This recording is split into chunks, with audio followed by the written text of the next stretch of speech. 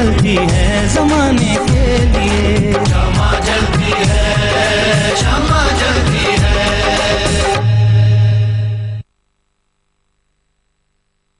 वैसे मैं कई बार समीर से मिली भी, लेकिन सच कहूं तो मुझे उसकी चाहत पर तरस आता था, क्योंकि चाहत के भरोसे तो जिंदगी नहीं गुजारी जा सकती ना। और वो मेरे लिए कर भी क्या सकता था? मुझे तो मेरी लाइफ, मेरे करियर के बारे में सोचना था। और देखो, तुम उसे ठोकर मारकर यहां आ गई। और कर भी क्या सकती थी मैं? तकदीर तुम्हारे साथ जो जुड़ी हुई थी। लेकिन मैं तुम्हें समीर से जरूर मिलवाऊंगी। अभी कुछ दिन पहले ही मेरी उससे बात हुई है, वो शहर आने के लिए कह रहा था। क्यों नहीं, मैं भी उससे मिलना चाहूंगा। ठीक है, चलो अभी रूम में चलते हैं। तुम जाओ, मैं आता हूं। ठीक है।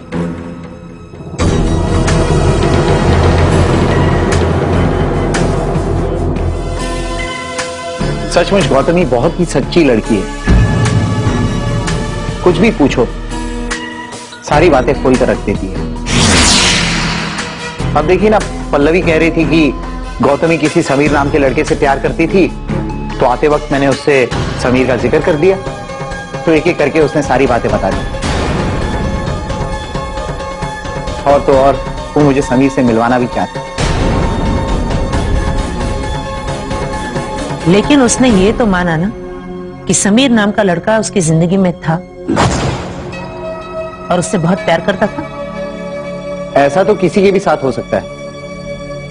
अगर किसी के मन में खोट होता है तो वो बात को छुपाता है, लेकिन गौतमी के मन में सच्चाई थी, इसलिए उसने सब कुछ साफ साफ बता दिया।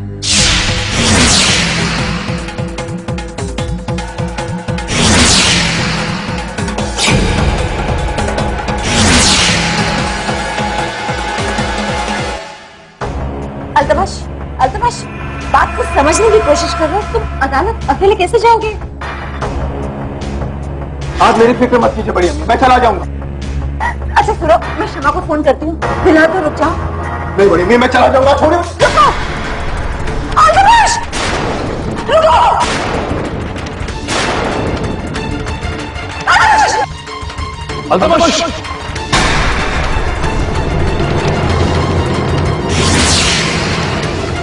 अल्तमश, अल्तमश, क्या हो गया?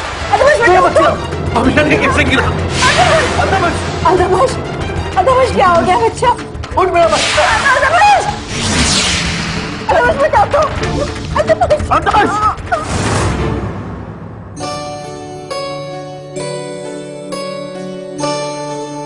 पता नहीं ये लड़की भी क्या करने पर तुली हुई है। जीजाजी, ये लड़की है ना, हम लोगों की सोच से भी ज्यादा आगे निकली। किसकी बात कर रही हो तुम अनुपमा? गौतमी की और किसकी? पता नहीं ये लड़की कौन सा खेल खेल रही हमारे साथ। अरे हमने तो पल्लवी से झूठ इसीलिए बुलवाया था ताकि हम ऋषि के दिमाग में शक पैदा कर सके और गौतमी की प्रेगनेंसी का सच बाहर आ सके। यहाँ तक कि हमने समीर का भी नाम बुलवाया, जबकि इस नाम का कोई है ही नहीं। तो फिर गड़बड़ कहाँ हुई? जीजाजी, गड़बड़ यहाँ हुई कि गौतमी ने ऋषि के सामने कबूल किया है कि वो समीर नाम के किसी लड़के को जानती है जो उसके पीछे पागल था और उसे मिलने आया करता था। अनुपमा, मुझे एक बात बताओ, ये सारी बातें गौतमी ऋषि को कैसे कह सकती है? जीजाजी, ये सारी बातें उसने मेरे सामने कही है ऋषि से, और यहाँ तक कि वो दावा भी कर रही थी कि वो समीर को ऋषि से मिलवाएगी। अब तो कैसे मिलवा सकती है जीजाजी, जबकि समीर नाम का कोई लड़का है ही नहीं। बड़ी अजीब बात है। हमने तो सोचा था कि ये गौतमी पल्लवी की बात को गलत साबित करने की कोशिश करेगी कि ऐसा कोई है ही नहीं। यही तो मेरी समझ में नहीं आ रहा है जीजाजी कि ये लड़की करना क्या चाहती है। समीर के बारे में मान लेने से ऋषि उसकी बहुत इज्जत करने लगा है। उसकी तारीफ कर रहा था कि गौतमी कितनी अच्छी लड़की है। उसने ना ही समीर के बारे में कबूल किया है बल्कि सब कुछ बता भी दिया है। अनुपमा, हम जो सोचते हैं ये लड़की ठीक उसके विपरीत चाल चल रही है। दोनों बहुत ही खुश नजर आ रहे थे, अभी भी देखकर आ रही हूँ। दोनों डॉक्टर के यहाँ से लौटे हैं, लेकिन इन दोनों की खुशी देखकर एक बात तो पक्के तौर पर कही जा सकती है कि हमने जो समीर नाम का पत्ता फेंका था वो फेल हो गया। अब हमें फिर से गौतमी के बारे में कुछ सोचना पड़ेगा। यानी सच्चाई तक पहुंचने के सारे रास्ते एक बार फिर बंद, क्लोज।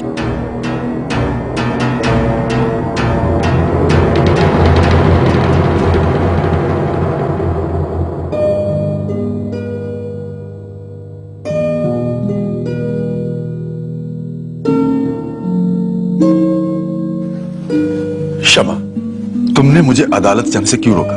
अब तक तुम्हें अदालत पहुंच भी गया होता। नहीं अंकल, हमने आपको फोन इसीलिए किया था क्योंकि आप अदालत ना जाएं, क्योंकि अब अदालत जाने की जरूरत भी नहीं है। लेकिन क्यों क्षमा, क्यों? कल तक जिसे हम सजा दिलाने के बारे में सोच रहे थे, क्या अब मैं ये सोचूं कि अब हम उसे बचाने के बारे में सोच रहे हैं? नहीं अंकल, कभी कभी अल्लाह की मर्जी के सामने किसी की कुछ नहीं चलती, और इसे अल्लाह की मर्जी मानकर हमने खामोशी अख्तियार कर ली है। क्षमा जलती है, पिघलती है, सब पिघलती है ज़माने के लिए। कल तक जिसे हम सजा दिलाने के बारे में सोच रहे थे, क्या अब मैं ये सोचूं कि अब हम उसे बचाने के बारे में सोच रहे हैं?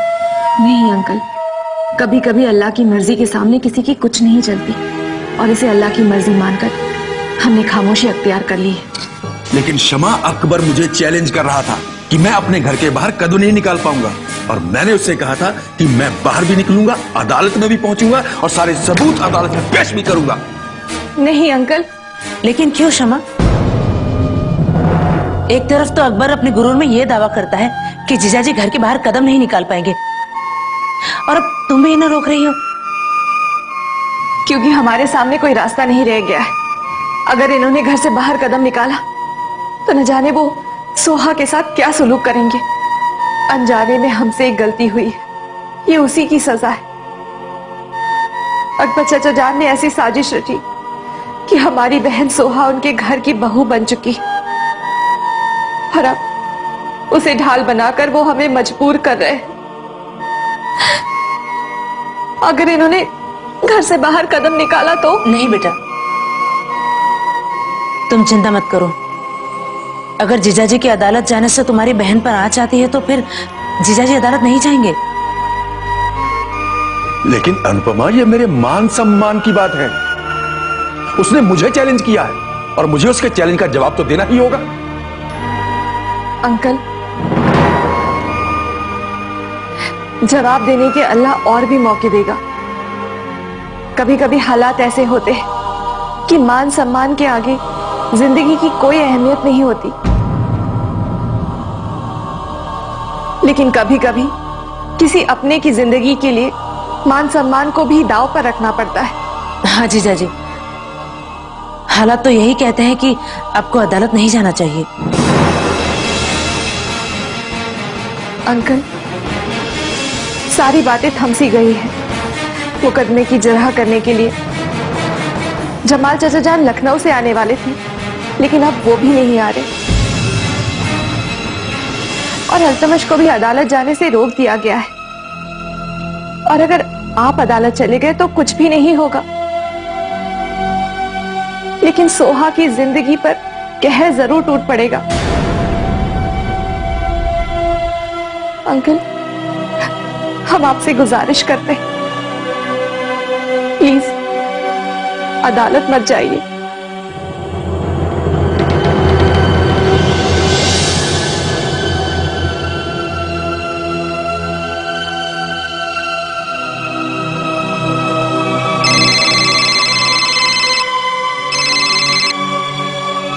हेलो चाची जान, क्या कह रही हैं आप? अल्तमश सीढ़ियों से गिर पड़े। हम अभी हॉस्पिटल पहुंचते हैं चाची जान। क्या हुआ बेटा? अल्तमश का एक्सीडेंट हो गया है, उन्हें हॉस्पिटल में एडमिट किया है। हमें जल्दी उनके पास जाना होगा। हम आते हैं। ठीक है, अपना ध्यान रखना।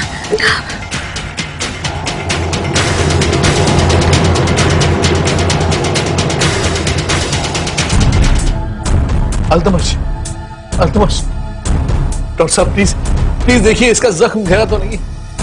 नहीं नहीं, लेकिन ये सब हुआ कैसे? डॉक्टर साहब, ये बहुत गुस्से में सीढ़ियां उतर रहा था, अचानक इसका पैर फिसला और ये गिर गया। कोई बात नहीं, चोट गहरी नहीं है, फिर भी हम टेस्ट करवा के देख लेते हैं। वैसे डॉक्टर शमा कहाँ है? मुझे उनसे भी कुछ बात करनी है। डॉक्टर साहब वो बस आती ही होगी। मेरी बेगम ने शमा को इस हादसे के बारे में इत्तला दे दी थी। अल्तमश, घबराइए मत, आप आइए मेरे साथ। जी जी। आइए। नर्स, इन्हें स्पेशल वार्ड में शिफ्ट कर दो।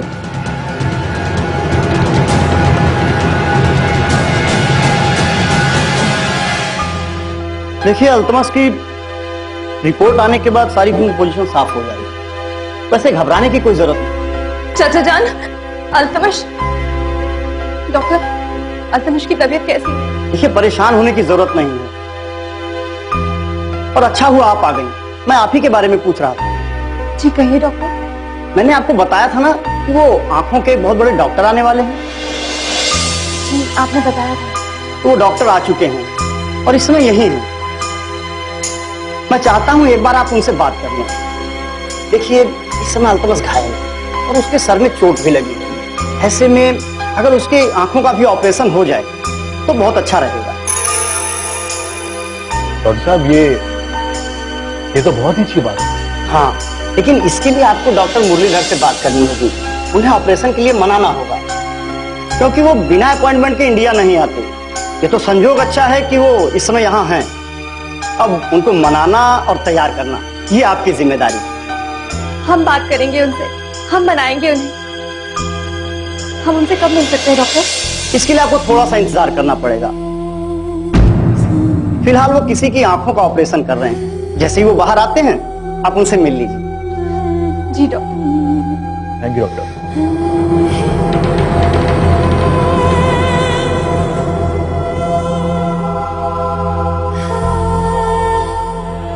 अल्तमश की हालत का अंदाजा तो सबको था। उसे सीढ़ियों तक पहुंचने से पहले रुकना चाहिए था। मैंने अल्तमश को बहुत समझाया, उसे रोकने की कोशिश की, लेकिन वो मानने को तैयार ही नहीं था। और जब उसे ये मालूम हुआ कि शमा कहीं बाहर गई है, तो वो अकेले ही अदालत जाने के लिए तैयार हुआ। ये हादसा हो गया। नाज ने बताया था कि अकबर ने अल्तमश से टेलीफोन के ऊपर बात की। हाँ, वो बात भी अल्तमश के लिए एक जिद वाली बात बन गई थी।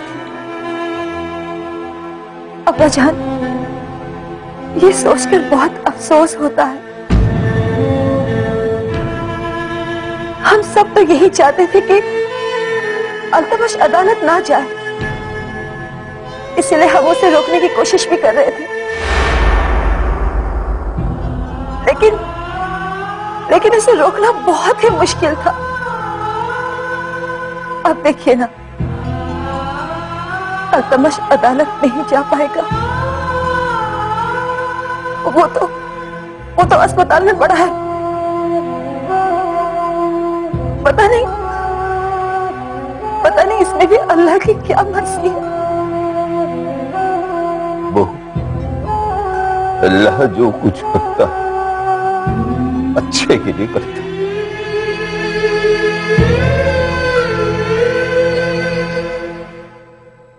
शमा जलती है, पिघलती है ज़माने के लिए, ज़माने के लिए। मैंने तो सोचा था कि शमा जैसे भी हो अल्तमश को रोकने में कामयाब होकर रहेगी, लेकिन ऐसा हुआ नहीं। अल्तमश ने जिस लहजे में मुझसे बात की है, मुझे तो लगता है कि वो अदालत जरूर जाएगा। भाई, दीवार उसके आदमियों को अल्तमश और तिबोन के घर के आसपास छोड़ दिया, और जैसे ही घर के बाहर कदम रखेंगे हमको एक एक पल का रिपोर्ट मिलता रहेगा। मुझे इसी खबर का इंतजार है अन्ना, लेकिन मैं अल्तमश को बहुत अच्छी तरह से जानता हूं। वो बहुत जिद्दी इंसान है। उसे रोकने के मुझे दूसरे रास्ते निकालने होंगे। देवा, तुम यहां कैसे? मैंने तुम्हें खास करके अल्तमश के घर के बाहर अल्तमश पर नजर रखने के लिए कहा था। अल्तमश का मुझे अभी फोन आया था, वो अदालत के लिए निकला। आप फिक्र मत कीजिए अकबर साहब, वो अदालत नहीं पहुंच सकता। आप सबको क्या हुआ? हाँ, अल्तमश अदालत की जगह हॉस्पिटल पहुंच चुका है। वो बुरी तरह घायल। आइयो, लेकिन उसको हुआ क्या जी? अल्तमश बहुत शातिर इंसान है। मैं उसे समझता हूं तो वो मुझे और भी अच्छी तरह से समझता है। उसे मालूम है कि उसे अदालत में जाने से रोकने के लिए मैं किसी भी हद तक जा सकता हूं। मैं आपकी बात समझा नहीं। मेरे कहने का मतलब यह है कि कहीं अल्तमश ने घायल होने का नाटक करके तुम्हें धोखा देने की कोशिश तो नहीं की देवा, कि कहीं तुम्हें ऐसा लगे कि उसे हॉस्पिटल ले जाया जा रहा है लेकिन वो जिदा के लिए अदालत पहुंच जाए। नहीं नहीं, ऐसा बिल्कुल नहीं। उसे जब हॉस्पिटल ले जाया जा रहा था तो मैंने उसका खुद पीछा किया। उसे हॉस्पिटल ही ले जाया गया है और वो बुरी तरह घायल। घर के अंदर क्या हुआ मुझे कुछ नहीं मालूम, लेकिन फिलहाल अल्तमश हॉस्पिटल के अंदर घायल पड़ा। पर भाई ये सब ठीक है, ये सब कुछ जानने के बाद हमें लापरवाही से काम नहीं करना चाहिए। देवा, मैं अदालत जा रहा हूँ, मेरा वहां जाना बहुत जरूरी है। तब तक तुम दोनों हॉस्पिटल जाओ और अल्तमश के बारे में सारी मालूमात हासिल करो कि उसका एक्सीडेंट कैसे हुआ, वो बचेगा या नहीं, उसकी हालत कैसी है। जी ठीक। मुझे हर बात की मालूमात चाहिए।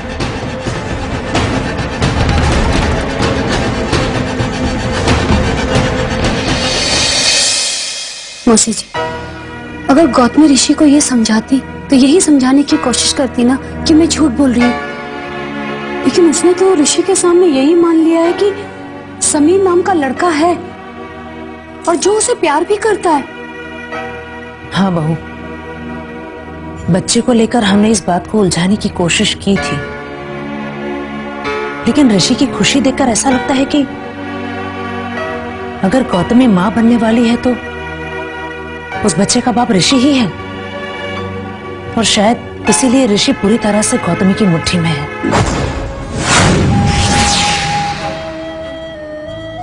मौसी जी, गौतमी अपने बच्चे को इस घर में अधिकार दिलाने के लिए कुछ भी कर सकती है। वो मेरे बच्चे को मारना चाहती है। मौसी जी, मैं करूं तो क्या करूं, कुछ समझ में नहीं आ रहा मेरे। बहू, तुम चिंता मत करो, गौतमी अब भी हम सबकी नजरों में एक रहस्य बनी हुई है, और इस रहस्य पर से पर्दा उठाने का कोई न कोई रास्ता तो हमें जरूर दिखाई देगा। लेकिन फिलहाल तुम अपना और अपने बच्चे का ख्याल रखो। खाना खा लीजिए मैम साहब, उसके बाद आपको दवाई भी खानी है। तुम अभी जाओ बिंदु, मैं बाद में खा लूंगी। बहू, खाना ठंडा होने के बाद में और भी अच्छा नहीं लगेगा, खा लो। नहीं मौसी जी, मुझे कुछ भी अच्छा नहीं लगता। दिन रात मेरे दिमाग में ये बातें घूमती रहती। मैं करूं तो क्या करूं? शम्मा जलती है, पिघलती है, समाने की है, समाने के लिए। मुझे कुछ भी अच्छा नहीं लगता। दिन रात मेरे दिमाग में ये बातें घूमती रहती। मैं करूं तो क्या करूं? मैं घर के इन हालातों को भूल भी तो नहीं सकती ना। बहू, मैंने तुमसे कहा ना, इस वक्त सारी बातों को भूल जाओ और सिर्फ अपना और अपने बच्चे का ख्याल रखो। और वैसे भी इस वक्त तुम्हारे लिए सबसे ज्यादा जरूरतमंद बात यह है कि तुम्हारे बच्चे की सेहत ठीक रहे। हाँ मौसी जी, मैंने सोचा था कि ये बच्चा मेरा सहारा बनकर आएगा, लेकिन मौसी जी मैं क्या करूं? क्या करूं मैं? बहू, जाको राखे साइया, मार सके ना कोई। तुम्हारे बच्चे का कोई बाल भी बाका नहीं कर सकता। तुम चिंता मत करो, ईश्वर है तुम्हारे साथ।